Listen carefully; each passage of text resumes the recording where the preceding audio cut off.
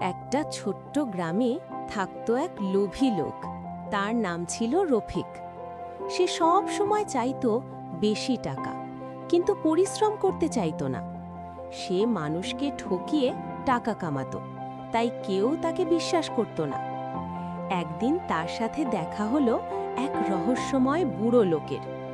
বুড়ো লোকটি বলল, এই থলেটা নাও, কিন্তু লোভ করো না।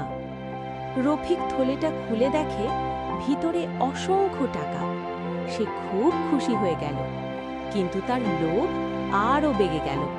সে বারবার টাকা নিতে লাগলো। হঠাৎ থলেটা কাঁপতে শুরু করলো। ভেতর থেকে বের হতে লাগলো ভয়ঙ্কর ধোঁয়া।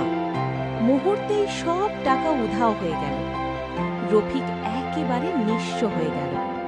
তখন সে বুঝতে পারল, অতিরিক্ত লোভের ফল সব সময় খারাপ।